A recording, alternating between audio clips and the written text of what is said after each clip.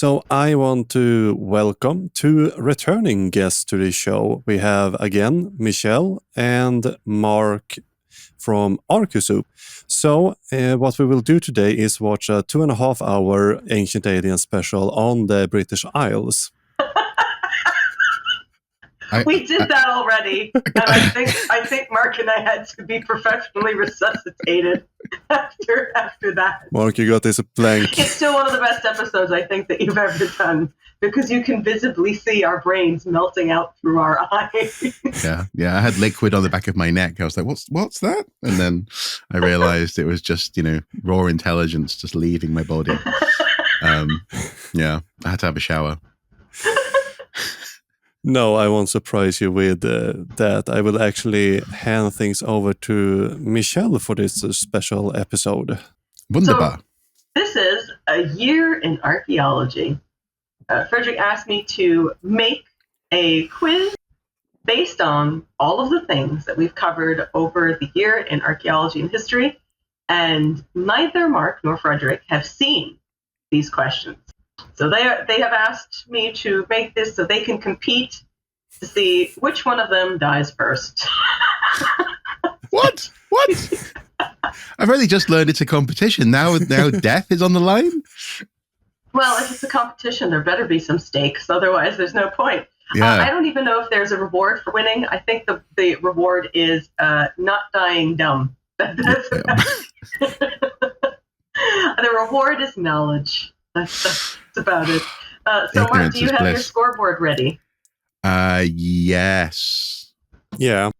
Mark, so if you will keep tally, although honestly, I don't think there's even a reason to keep tally. But Fredrik desperately wants to win, which I think both of you are going to win anyway, because these are the topics that both of you have covered on your programs, each of you, throughout 2024. So once Mark is ready, we'll start off with the first question. The loser, just shows that they have not, watched Ancient Aliens and other pseudo-programming as much. That could be, if you win, that could be a reward, not to watch Ancient Aliens for 1 week. Wow. Give your brain a break. Yeah, you just emerge from the office and your partner's like, is it not happening? Are you okay? Is the internet down? Okay, cool. Yep. So good to go. Question 1. How did the Vikings actually bury their dead? I'm going to say it depends when and where you're talking about. Okay, good. Continue. In some places, we're talking about cremation. In other places, we're talking about disarticulated burial and storage of bones, in fact. And in other cases, we are talking about complete burials. But I suppose it's a matter of definition. I mean, for example, there may be a local tradition near to you, Fredrik, that I'm not aware of. Yeah, we have the burial ships and the mounds and the stone ships also. Don't forget those. Mm-hmm. Yeah, no, absolutely, yeah. And actually, those are beautiful, aren't they? The little ships laid out in almost like a ellipsis of. Is that ellipsis? If you walk in some fields, especially on Gotland, you have whole fields of these little boats just laying around, scattered in the landscape. Mm. And is there no fire in these burials? Well, yeah, obviously. Obviously, in the cremations, you have to. Yeah. I mean, obviously, we all know that if you're really important, then you're put on a boat, pushed out to sea, and then set alight. Yes. Like according to one saga. Yes. But they didn't actually put it on fire in that saga. They just pushed it out to sea. Yeah. Yeah. That's why Outlander is the superior Viking movie. Yeah. Yeah, the whole, we can't say that it didn't happen, but there's no evidence of people having their ships set on fire and set out to sea. There's just no evidence for it whatsoever. Okay. See, I told you you would do fine with all of these, because these are subjects that you've covered, even some of them recently. The question 2. What is the archaeological evidence for the Loch Ness Monster? 0. Oh, Mark has a different answer? No, I'm just going to say That would be paleontology. Ooh, would it though? Ooh. Plessy's not a dinosaur. No, are they not? I thought they were thought to be. I forgot which one it is now. Oh, well, it's not a dinosaur, is it? Because but it's thought to be a prehistoric creature of the same age of dinosaurs, which is a paleontological thing, isn't it? That's not exclusively dinosaur. Is it? I don't know. So, but why do people think that Nessie is real, or why do people think that Nessie was a dinosaur, as a cultural memory of a dinosaur? It is absolutely impossible, by the way, because Loch Ness, even though it's one of the deepest lakes, it was covered over in ice until we were talking about the history of Earth until very recently. Yeah. So why do people think that Nessie is a dinosaur? That's a good question, but it's from the surgeons. I think it's the surgeons' photos. But it has this long neck like a swan. So, I mean, could be some sort of swan monster. Nessie just goes honk. Yeah. And then along comes the UK monarch because they have unique rights to eat it. It is a swan. That's right. I say, that's mine. Yeah. Do any of you know who made up most of the quote unquote evidence for Nessie? No. Interestingly, I don't have his name. No. I think he's a surgeon, though. But other than that, it's... Yeah, it was one person in particular who essentially fabricated most of the quote unquote evidence. And even there was a great race to... This was really all... It was a publicity stunt. And that was it. And so ever since then, people have said, "Oh, I can see Nessie," or "Nessie is there." Yeah. You know, people use it as a great way to get people to Loch Ness, which is fine. I mean, it's really no different than having King Arthur at Tintagel, to be quite honest with you. Yeah. But it was a publicity stunt, and people just use this as a way to now get people to visit the area.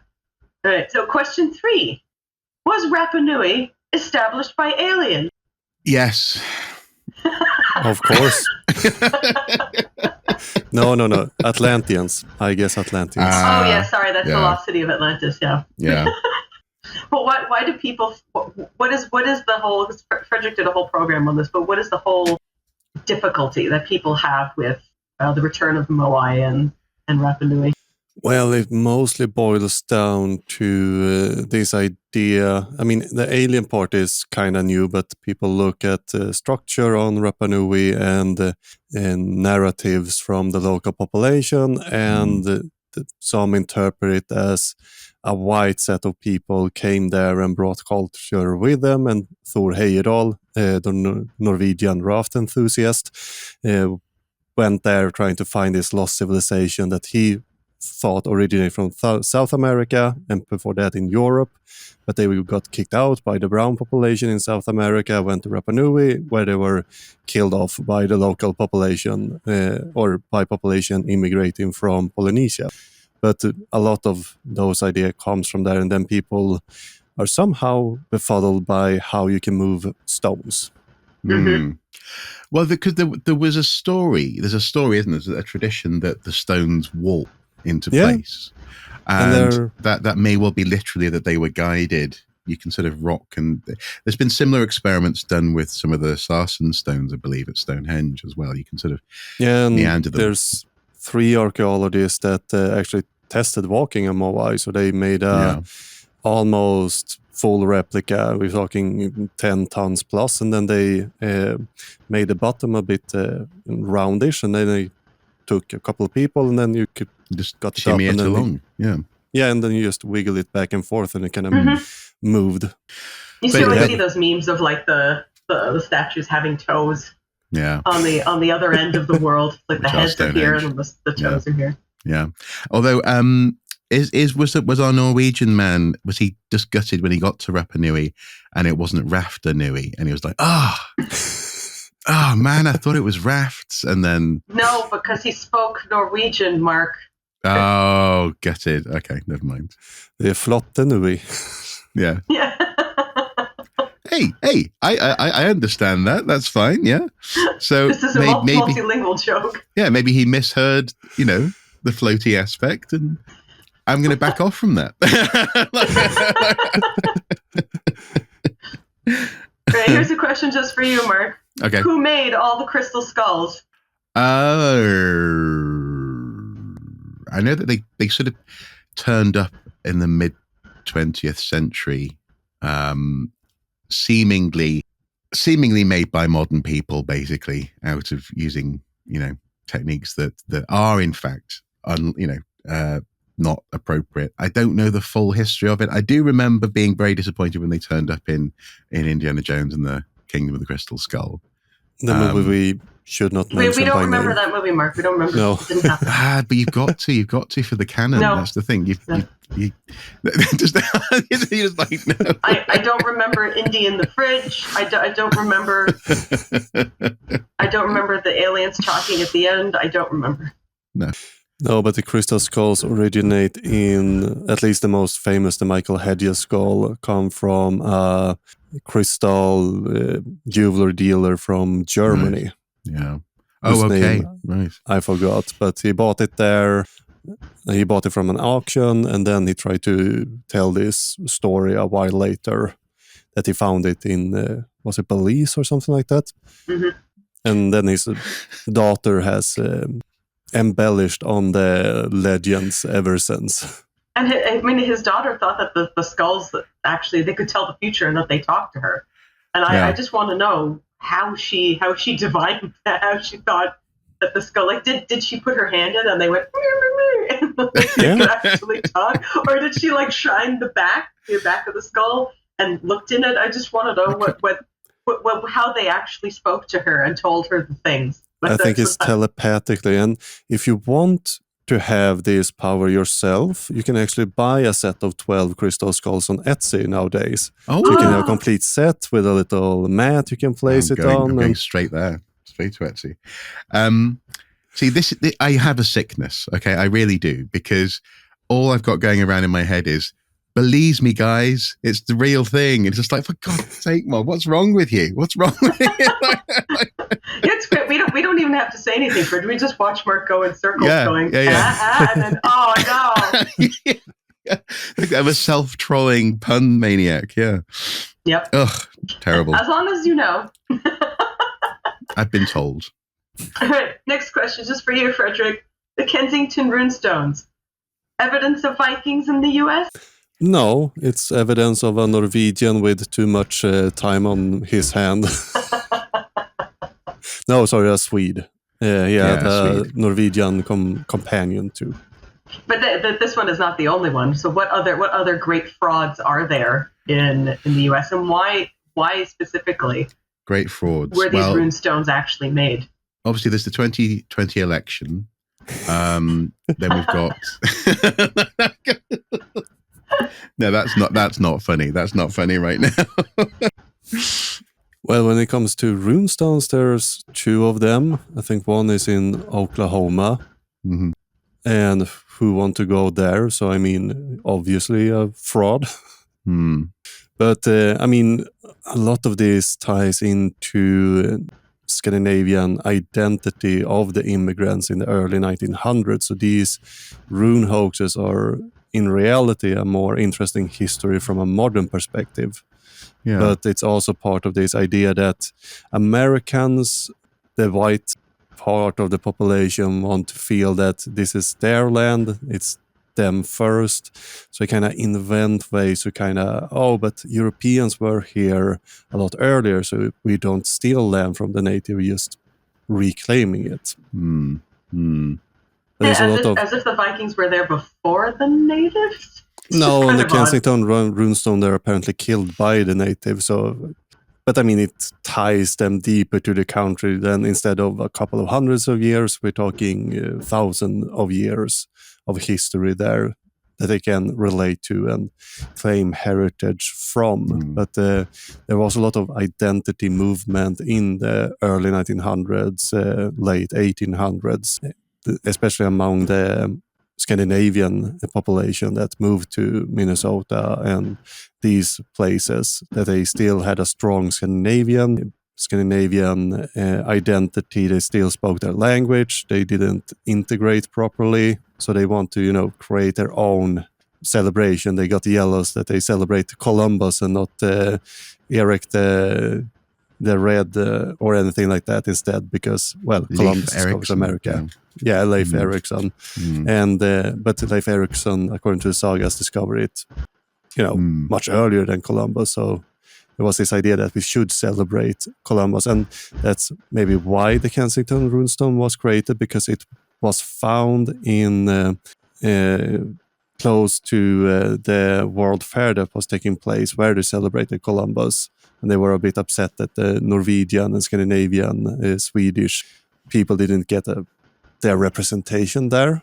And according to the Norwegian that seems to have been participating in the hoax, at least according to his children, who talked with historians in the 70s, they said that they wanted to, show off those stuffed academics. Well, I can't really decide how I feel about it, because in that sense, I wonder if these hoaxes were designed to be taken seriously in a sort of a later sort of states-wide national story, or if it was just someone trying to set up folk tales. I mean, you can ask similar questions of, for example, the origins of Mormonism, for example. What sort of impact was actually intended in those early stories of discoveries in the woods and being visited by an angel? Was it actually just to impress the people around in your immediate vicinity, or actually was it a sort of as some places in the world today do, an attempt to use interpretations of archaeological evidence to legitimize full-on statehood, as opposed to just sort of feeling comfortable where you are? Do you know what I mean? I have a bit of sympathy for... in the case of Mormonism, I don't think there's any archaeological evidence that Jesus no, ever went to the US. No wooden submarine has been found to date.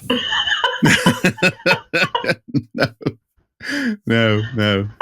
But in that sense, I can imagine a bored Swede just carving out and it takes a little bit of knowledge. I mean, like he clearly knew some older forms of Swedish and Norse derived.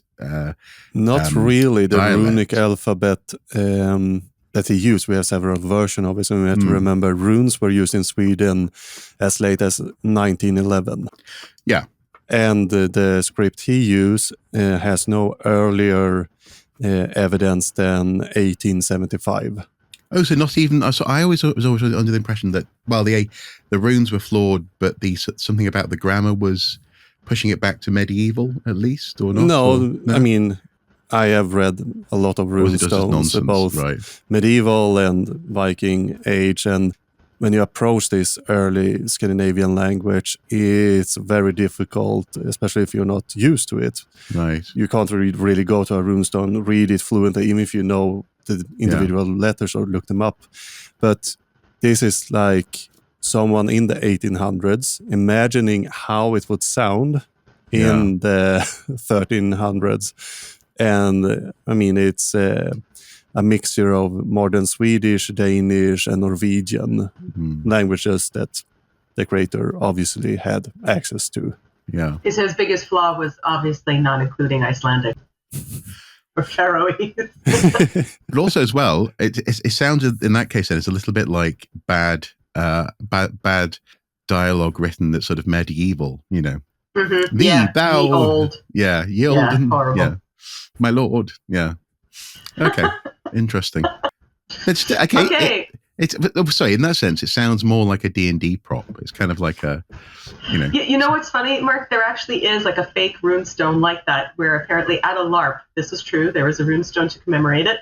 There was a LARP where they shot down a drone, and somebody took a spear and threw it, and you can. So they decided to commemorate this very funny LARP event, and you can see it, and it's like a really angry person with a spear, and then like an evil drone with a sad face on it. Amazing! It's really incredible. Okay, next question. I want to be petty about the Kensington runestone because it's actually medieval. It was written according to the stone itself in the 1400s. Yeah. So no Viking was involved at any point. No, impossible. Oh. When was the Viking period over? Depends on who you ask. I would say 1100s, Yeah, at latest, yeah. 1200s. And if you ask any home DNA testing kit, it's still going on. Turns out I'm Viking. Like, no, you're not. I You love know, that like, stuff. you're not. But actually, I'm really- so one little point on that. An awful lot of people get very excited when they see a percentage of Scandinavian something or other in the results. But actually, recent research has shown bigger movements of people in the preceding ages, so Bronze Age movements of people, and so on and so forth. And also, of course, people, as you say, traveled the world continuously after. And it's fascinating how all it takes is for someone to get. I saw a meme today. Actually, it's like American man, when he discovers he has 2% Scandinavian DNA, and he's basically got a beard, a horn. He's on like a mountain somewhere, going, oh! and yeah. But it's interesting that people think that must mean Viking as opposed to just Scandinavian. It's As we talked about when you and Howard were on our program. That doesn't mean anything. A Viking was somebody who very specifically went somewhere and did a specific thing. So if you stayed home, you were not a Viking. Yeah, but it also wasn't a genetic quarantine. It's not like you had a group of people who like, you have one of those genes. You need to leave. Go away. But I don't want to leave Sweden. No, you have to go now. Oh, okay. Sorry, I'm rambling. I love the meatballs. Yeah, exactly, meatballs. Okay, so something else to infuriate both of you. How many Templars made it to the U.S.? A lot, and they bury treasure in very deep pits. Yeah, under a church at the edge of the old Dutch city of New York. Don't forget the Treasure Island in Canada with its money pit. Yeah. Where is that? I've never heard of this. You haven't heard about... Where's my Treasure Island? Is it Oakmont? Something? Oak Island. Oak Island, yeah. Have you missed Oak Island? You haven't heard of it? Whoa. What myth is this? What myth is this? The Oak Island mystery. It even has a show on the History Channel. Yeah. Even. Like it's second only to Hunting Hitler. Like it's it's a big show. It's long running. I never heard this magical treasure island in Canada. Yeah, no one ever told me this. Was according to legends discovered by some kids that decided to dig a very, very deep hole. I think 30 feet or something like that. Okay. Because they figure out that it would be treasure when they found it, and then the hole started to get sold to different treasure parties who has been searching, and people have been killed in there, and it's keep flooding, and they have been digging there for about 100 years or so. Yeah. There's a show on History Channel. All kind of mystery. You don't know. The treasure is the stupidity we found along the way. Yeah, although in a very literal sense, actually, I guess if you sell a mine, you are selling a hole.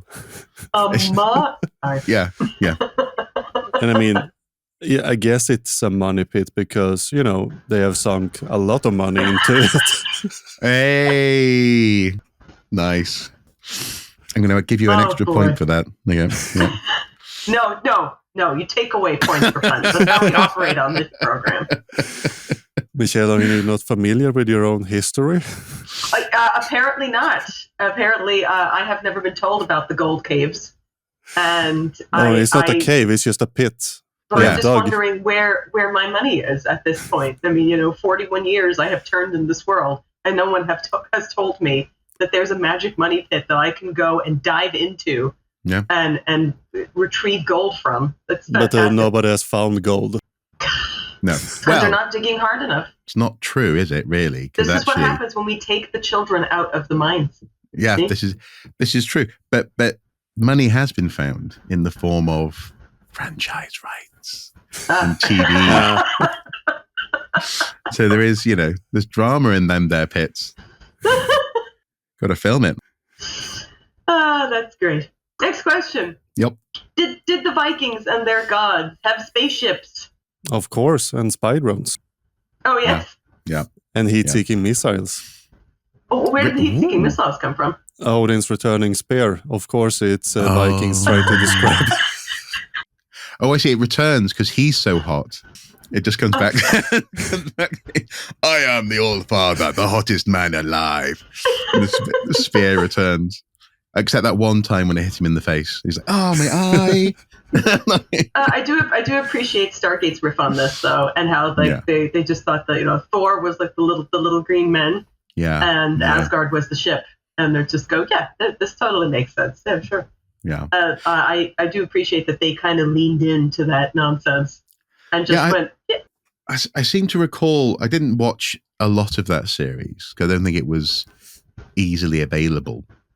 But I remember seeing an episode where they were in what looked like a sort of an alpine village almost, and it was meant to be a sort of a projection of an unbroken sort of Norse influence on a planet somewhere.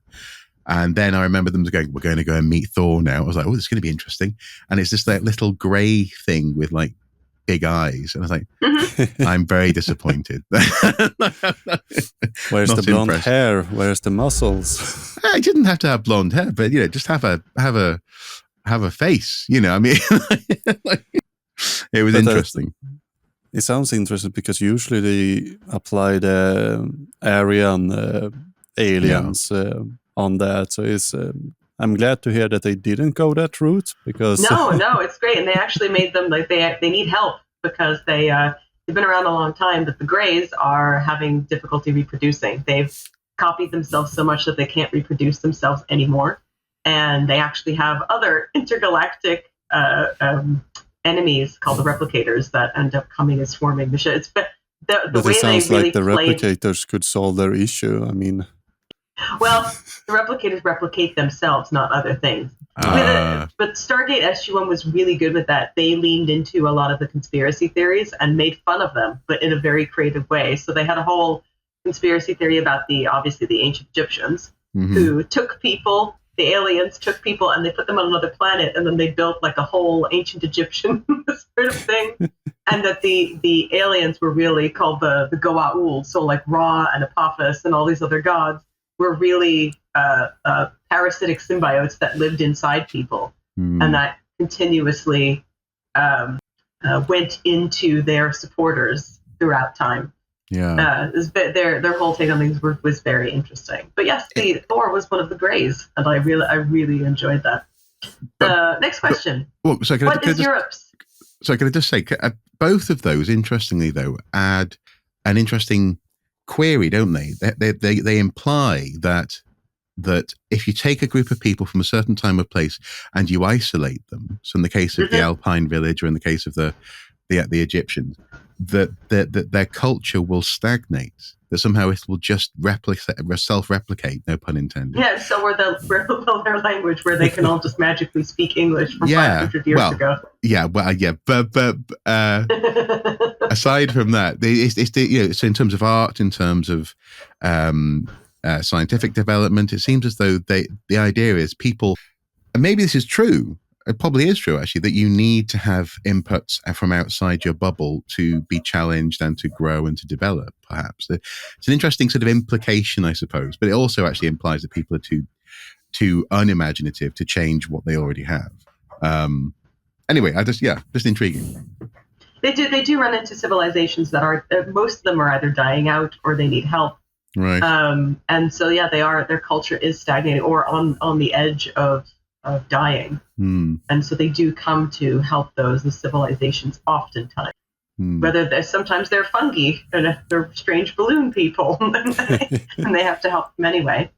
But yeah, they so I like the way you worded that. They have to help them anyway, despite them being disgusting fungi people. Have to help them anyway. They'll just replicate by themselves anyway. Yeah. Just get a hose and make a moist environment.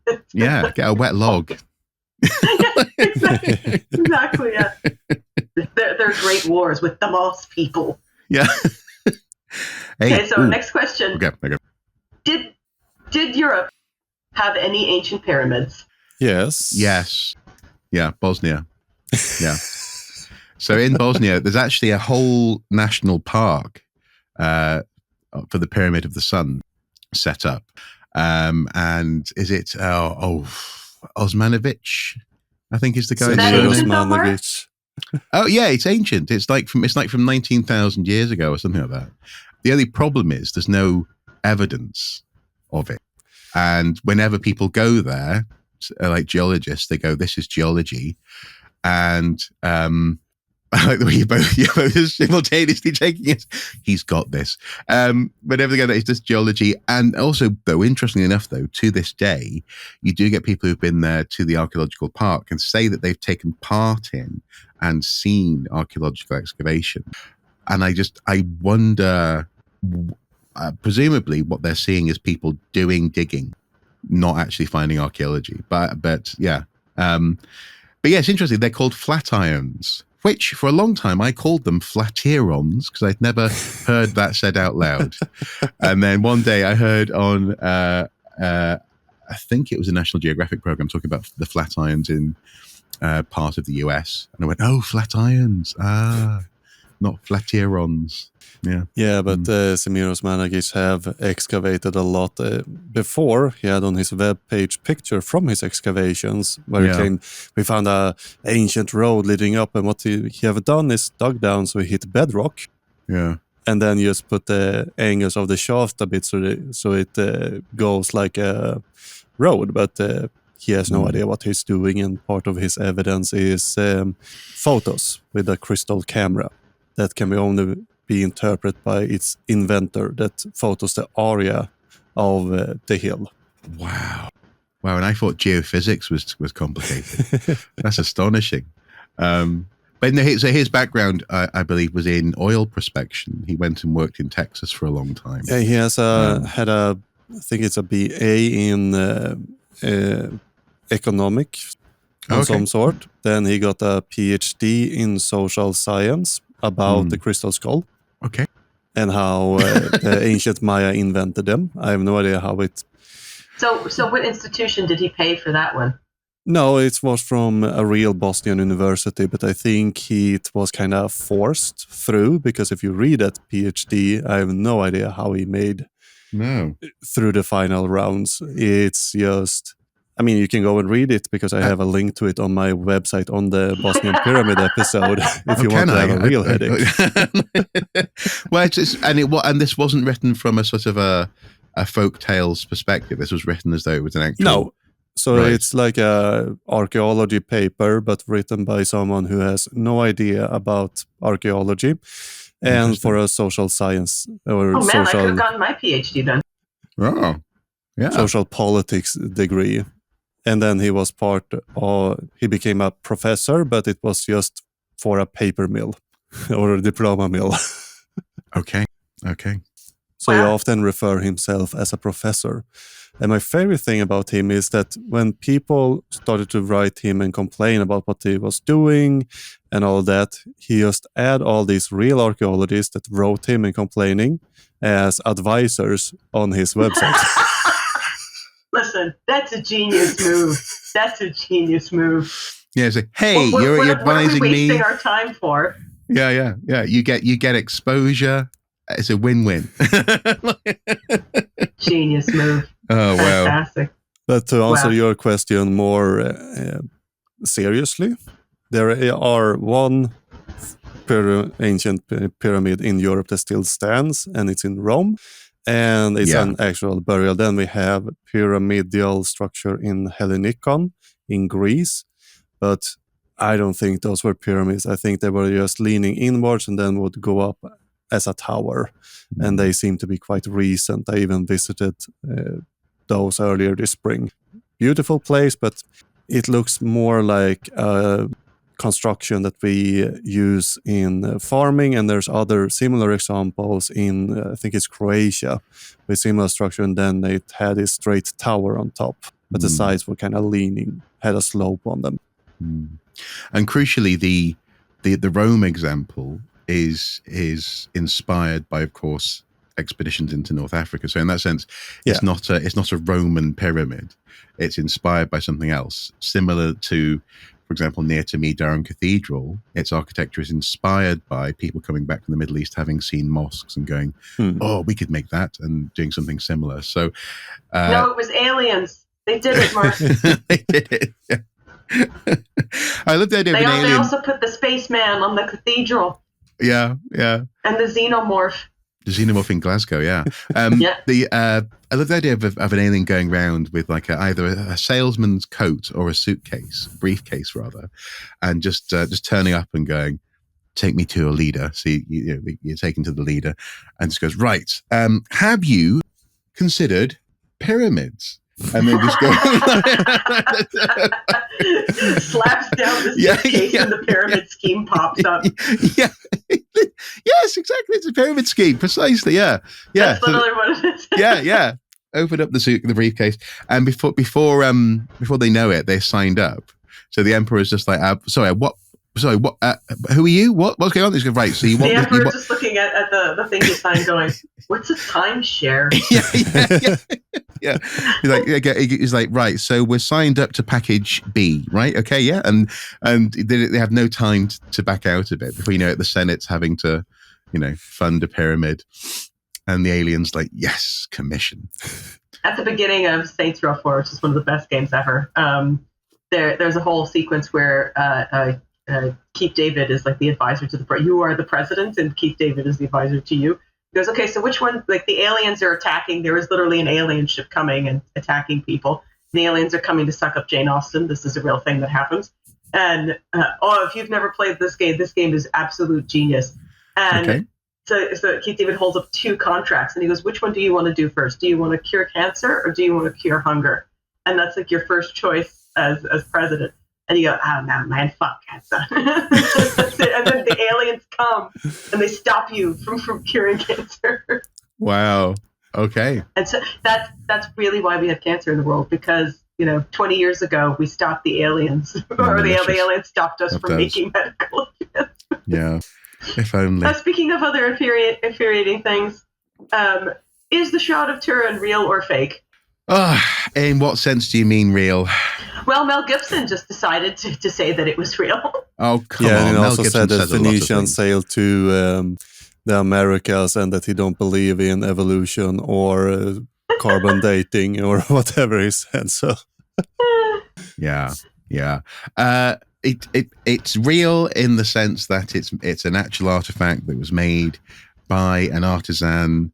It was in the Middle Ages. In the Middle Ages, it was, I believe, commissioned by the church itself locally. There are letters discussing this. It's known at the time. There are also letters discussing how it's a fake and how people are really upset that it's a fake. Yeah, exactly. And people are starting to get a bit too attached to it. And I believe it was under the previous pope that the last statement was issued on the Turin Shroud.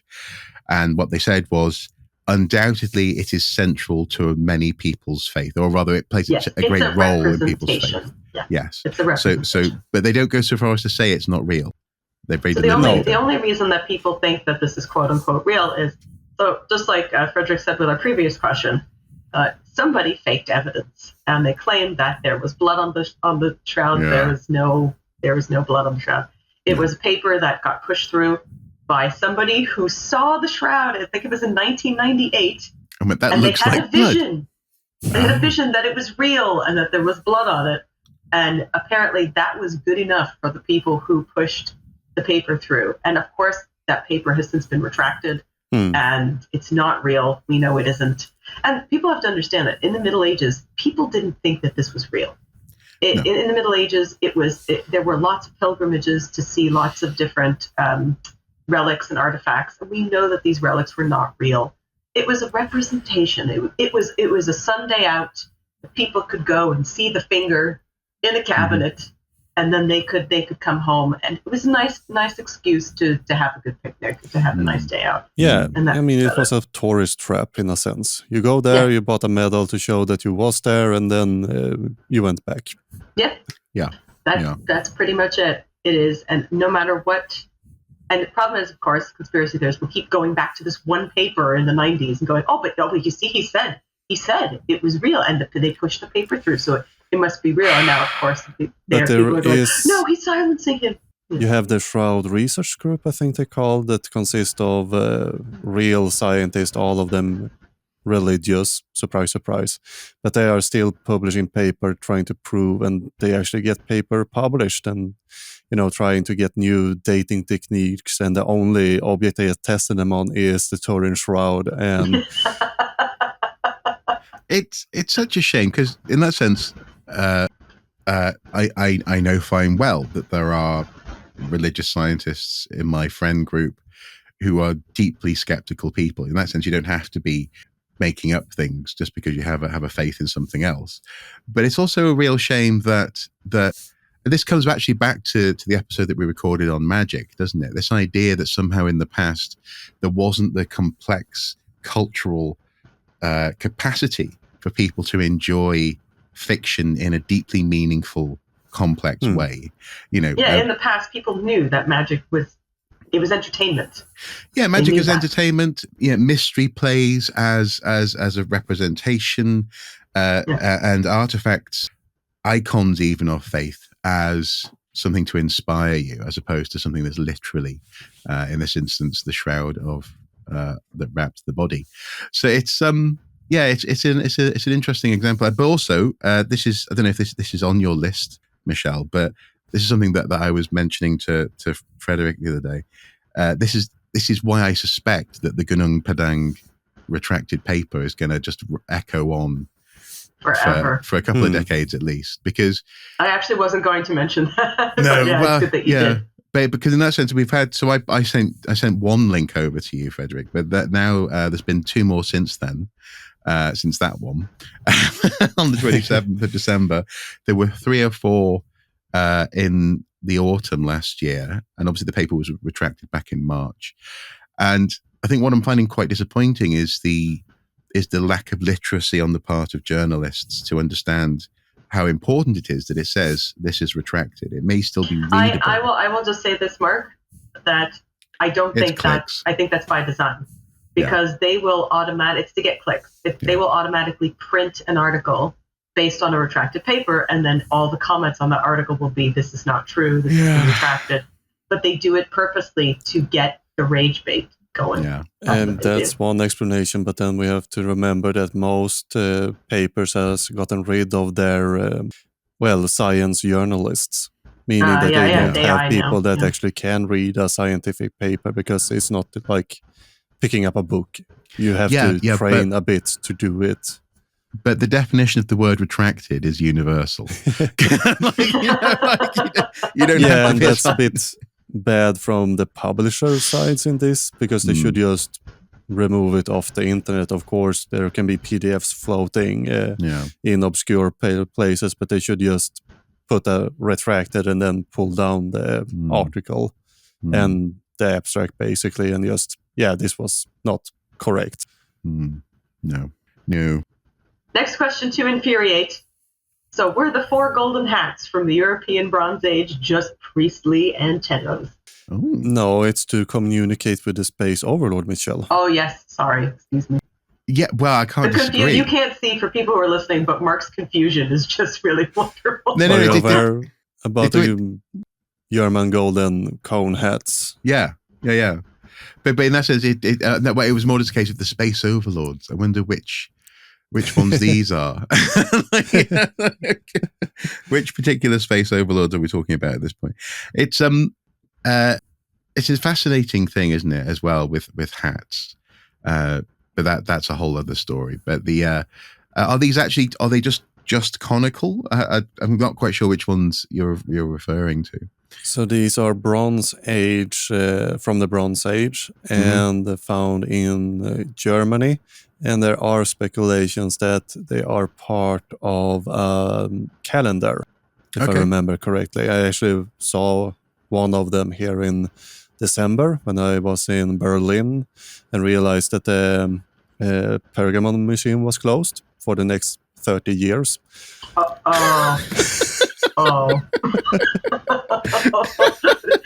that's a bit disappointing. That was beautiful delivery. Thank you. I was like, oh no, it's Saturday. When's it going to be open? Well, 2050. 2065. Yeah, and I realized that they closed it, I think it was in November, so I was like 2 weeks too late. Oh, man. That sucks. But you got to see the hat. got to see the hat, at least. Did you get to talk to the alien? No, I wasn't allowed to put it on. It were just a bunch of guards tackling me, and but you did manage to lick scene. it. That's what's important. Not even that. Don't mess with the Germans. No. Next question. So, are mummies, vampires, and draugrs aliens? Of course. Where the hell are we getting this idea from? This comes straight from Fredrik's podcast. This is amazing. Wow. I mean, I've heard lots of other interesting conversation around, particularly Draugr, but that they are aliens. So is it the idea that the alien consciousness is seeding itself into the recently deceased? I'm a bit hazy on that because it's quite long ago, but there's something ancient aliens quickly ran out of ideas and tried to scramble to find content. So I think it's that they have this weird disease, and since they are immortal, it must be some sort of alien connection between them. Oh, is it possible that? Yeah. Okay. Interesting. Okay. Yeah. But here's another question for you, Mark. Okay. Uh-huh. Yeah. What archaeological evidence is there for giants? Specifically the Lovelock giant, the San Diego giant, and the famous Cardiff giant. There's real bodies. I've seen the news clipping. The Cardiff one, is that a real body? I don't know about that. I have been...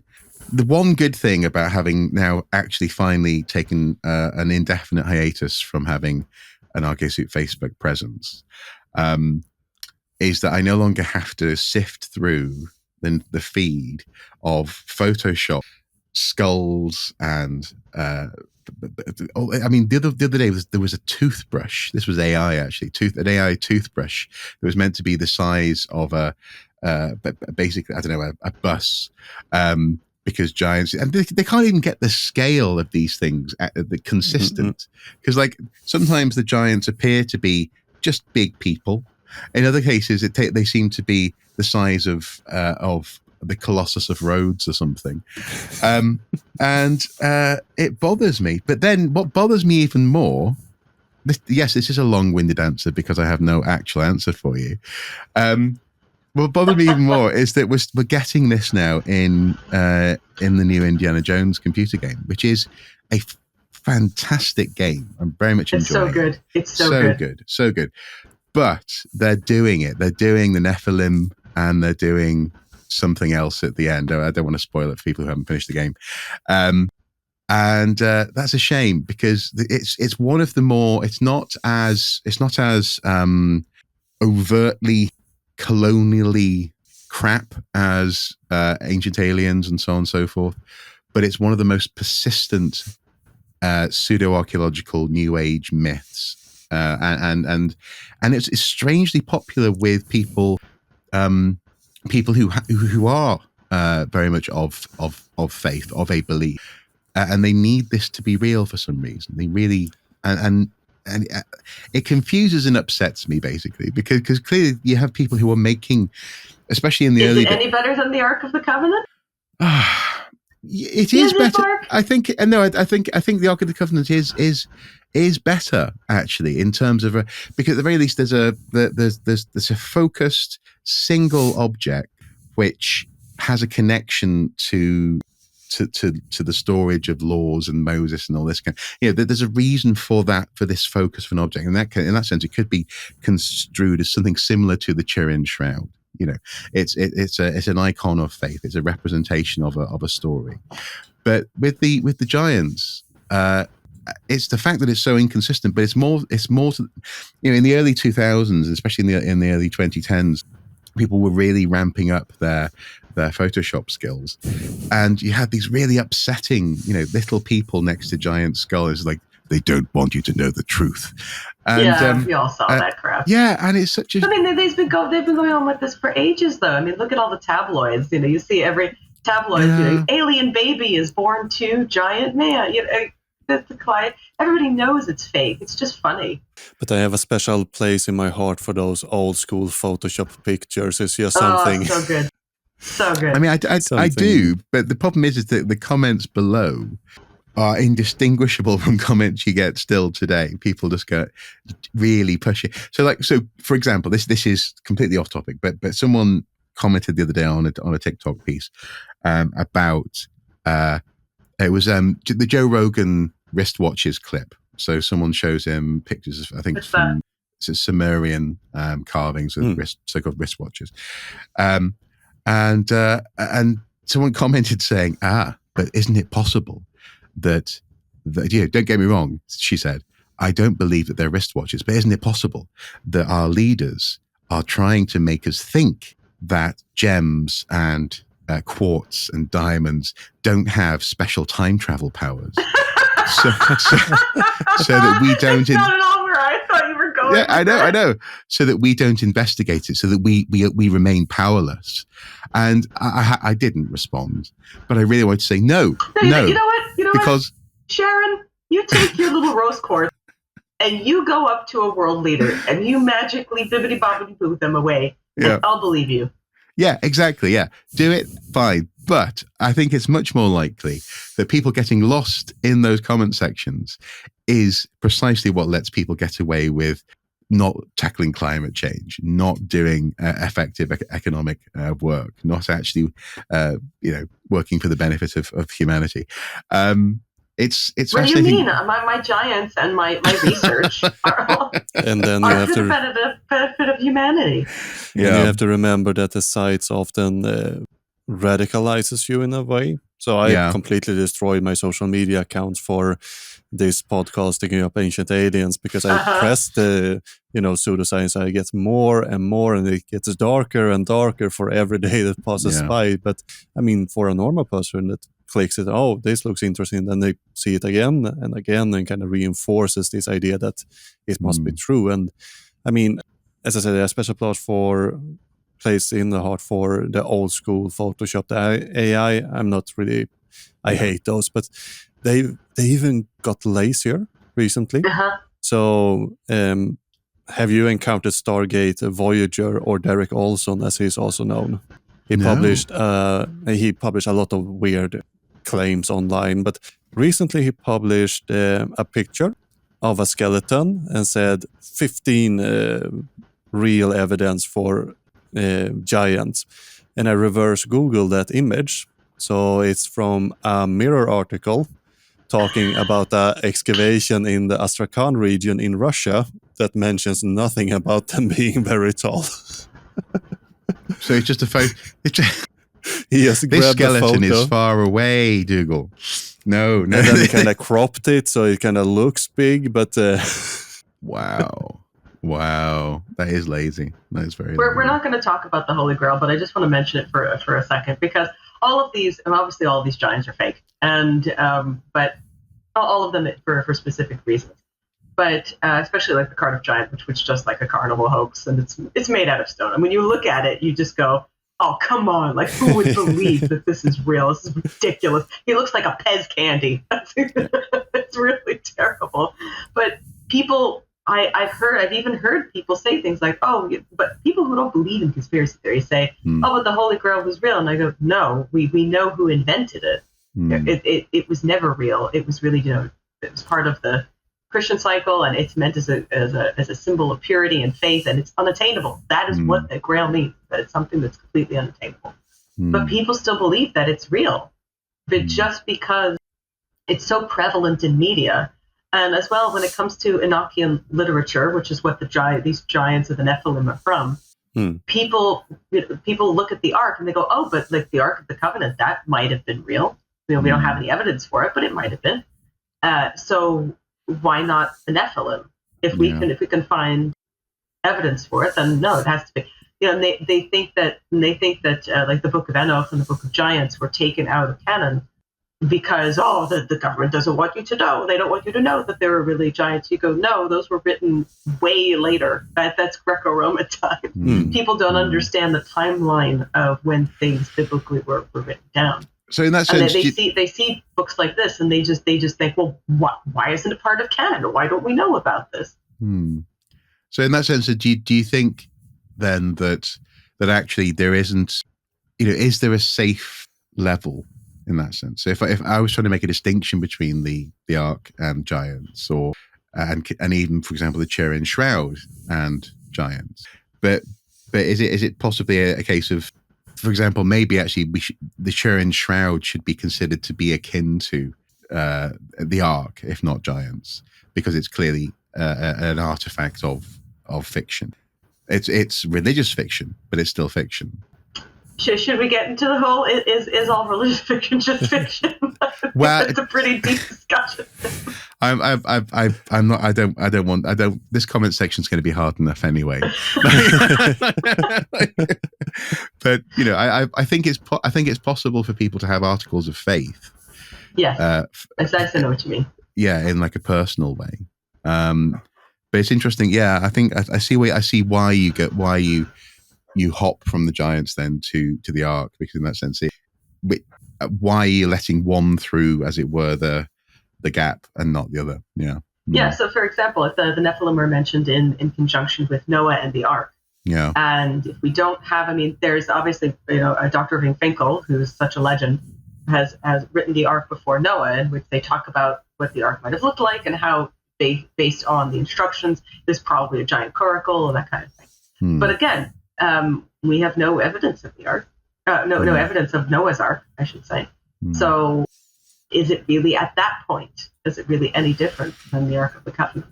Yeah. That's that. Let's make you angrier, Mark. So the... I'm always angry. Obelisks. That's my secret. You're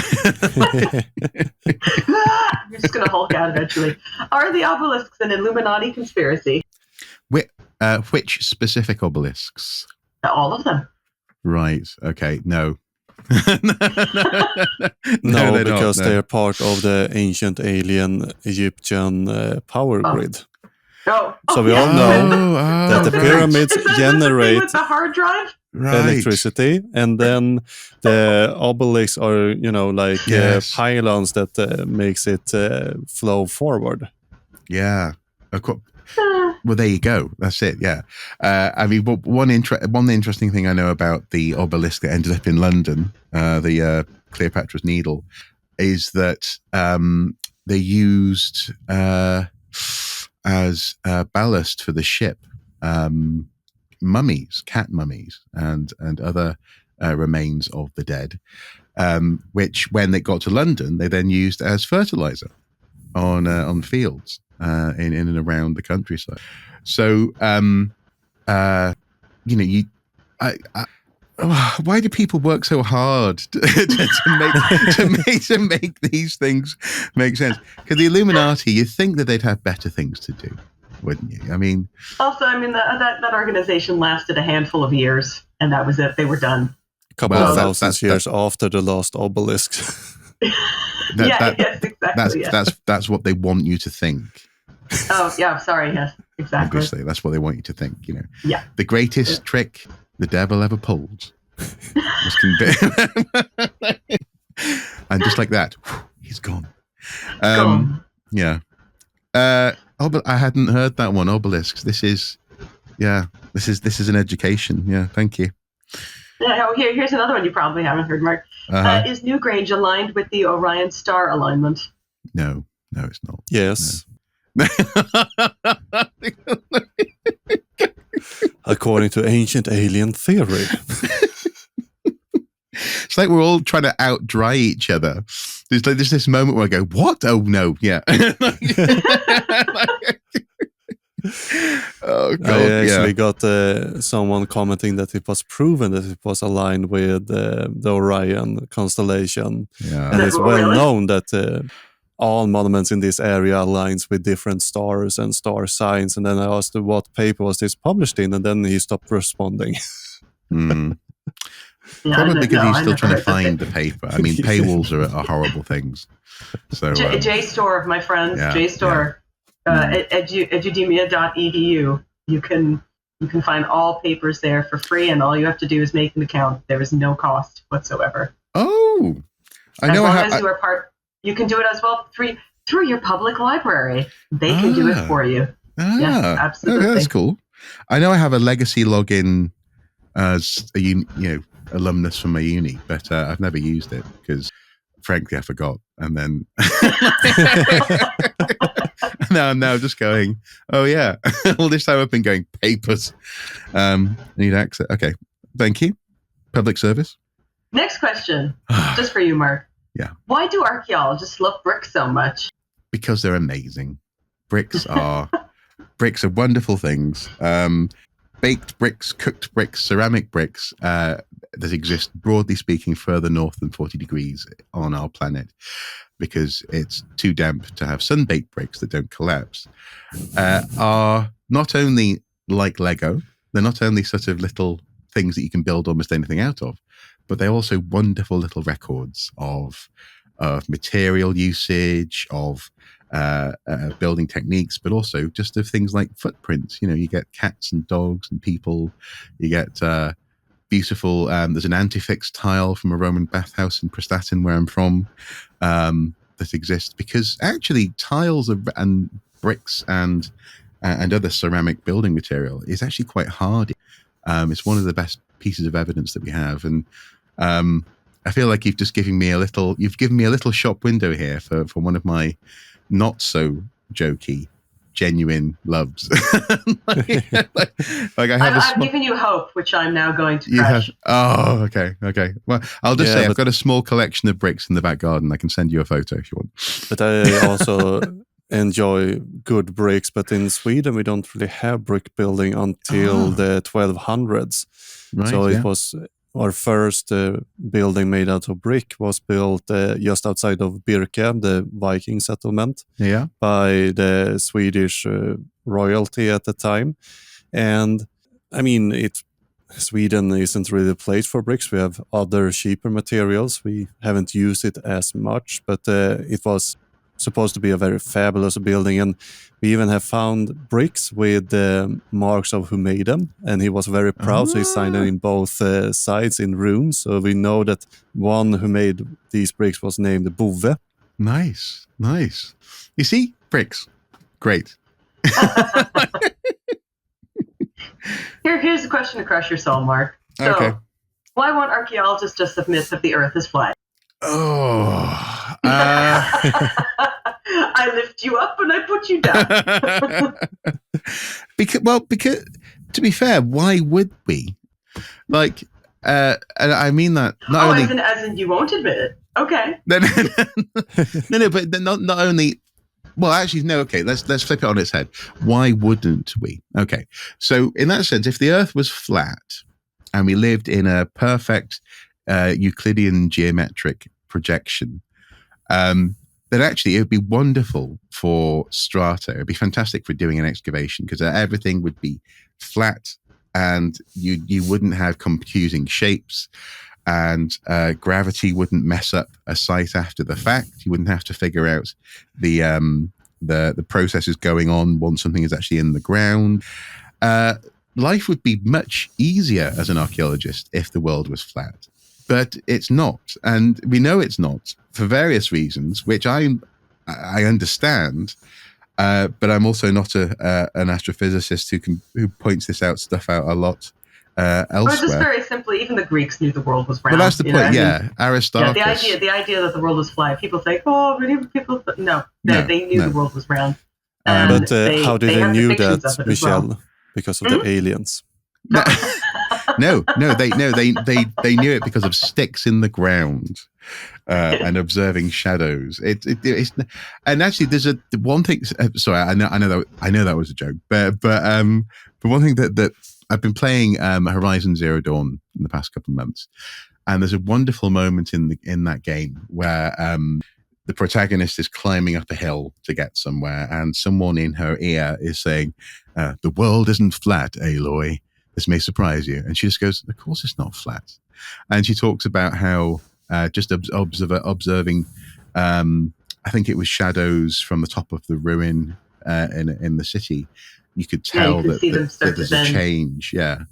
And I thought, people just thinking about it, just genuinely just mulling it over. I've always known. No, this whole idea came from Washington Irving, and it was really just a new Catholic idea. It had nothing to do with any kind of ancient people, as far back certainly as Greeks knew that the world, and even the very first map of the world that we have from Babylon is round. End of story. And that's something that amazed me with the ancient alien people, that they might be anti-evolution, they might be anti-history, they might be racist, but they are not flat earthers.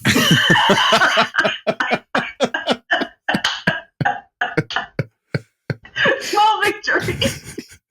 Dude, you can call me a lot of things, but yeah. That's what? Even that, they looked at that's dumb, guys. The alien told us they're around this Earth, and they're alien. They're flying above. That's how ancient people know the globe is round. How would they otherwise know? It's impossible to know if you don't have a spaceship. I do wonder what happens when these guys share a conference. Oh, Fredrik, you gotta go, man. You gotta go. And just get the flat earthers to talk to the guys, the other guys who are talking about how they. Oh, that would be a fun documentary idea. Take flat earthers to argue with ancient alien people. Well, and I imagine you can probably track this stuff on a sort of a almost like a logic gate where. They're together. Oh, no, the Earth is flat. No, the Earth isn't flat. And then they're together. And then, aliens. Oh, no, brown people. Other than, and then you'll just see this sort of, this progression of it could be a beautiful diagram, and then ironically, they all come back to one point after all of that when it just says against the mainstream is against us. Yeah. So it would all come back. It would be like a bell curve, and at the other end of it, it would be like, "But the mainstream is against us." They all say in one voice.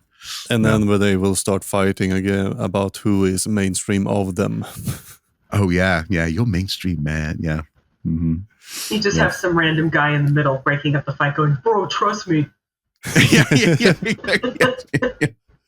Absolutely. Next, we only have a couple questions left. So next question. Why is nobody mentioning the fact that an alien ship came to see Charlemagne? I can't keep saying this, but that's new. That's a new one on me. Did I cover this, or have you started to improvise, Michelle? I said this one you mentioned very briefly. Yeah, Charlemagne. Well, but all world leaders, they kind of want to assign alien connection with, because you can't be a powerful leader without alien interference. So you're ruling from the benevolence of the alien space lord. The same with Alexander the Great. He apparently had either UFO fighting for him and maybe even against him. In this one specifically, in the Annals of Lorsch in Germany, it says that there were two shields burning with red color and moving above the church when Charlemagne got there. Yeah, so there are other medieval texts that recall other celestial phenomena around this same time. But it's the same thing with the wood plaque from Germany. There are so many things where people will look at these old medieval depictions and they go, "Aha! You see aliens." My favorite is the one from England with aliens that climbs down from rope ladders. Okay. That one I don't know about. That one's fun. I don't remember the full story, but it's kind of like a sailor, and he comes down and then he drowns in the air because he's not from... Oh, that poor guy. I think one of them is also about an anchor that gets stuck in a church because they need to anchor the spaceship. Oh, okay. Yeah, that makes sense. I suppose. And second to last question. What happened to the aliens who fell from Magonia? From what? Magonia. Is this too much? Have we entered a realm that's too much for Fredrik? I think Fredrik's brain, a certain part of his brain, just automatically wipes every time he gets a trauma response. Deep into the hole, and he just goes, "Oh God, I don't remember." This one is a 9th century Latin manuscript. The Archbishop Agobard of Lyon complained about the French peasantry insisted belief that a certain region called Magonia, whence ships came in the clouds, and apparently there were people who showed up and got off. And yeah. Yeah, that's part of the legends I just mentioned, but I'm bad with names. It's horrible. It's likely that the Archbishop just made up this story because nobody else mentions it whatsoever. And it was people think of this one because it was the Brothers Grimm who latch on to the story and then repeat it. Okay. No, there's no evidence that this ever happened. And people think it might have been some kind of part of a Germanic or Frankish mythology, but there's no evidence it ever happened. Same thing with the airship of Clonmacnoise. It's a very famous. Actually, Howard and Fredrik were talking about this because, as Howard said, I don't understand where people get this whole idea of Celtic and Viking peoples and airships. So there is a story about the airship of Clonmacnoise that happened in the early medieval times. And that there was an airship that came, and again, people got off and said, "Oh, how do you do? Let's have lunch." And then, that's it. But nothing else happened. And this is talked about. This event is actually talked about in a couple of sagas. Okay. Yeah, but flying boats are quite common idea. I mean, if you want to have people have always wanted to fly, and using a boat seems like a logical idea. I know that Canada has some lumber stories regarding flying birch canoes, and lumbers to make a deal with the devil, and then it can go to Montreal and celebrate. It's very hard to get the wings on the canoes this time of year. Yeah. Well, the that's the magic word that makes the boats fly. Yeah, exactly. Do you know, this is a slightly dark joke, but I saw the other day with recent talk of US expansion, the idea of Canada becoming a state, which is laughable. People were workshopping names for the new country, and they were saying it should be the USA. Very good. No, not very good. No, okay. It's not funny. It's not funny. Dead boy.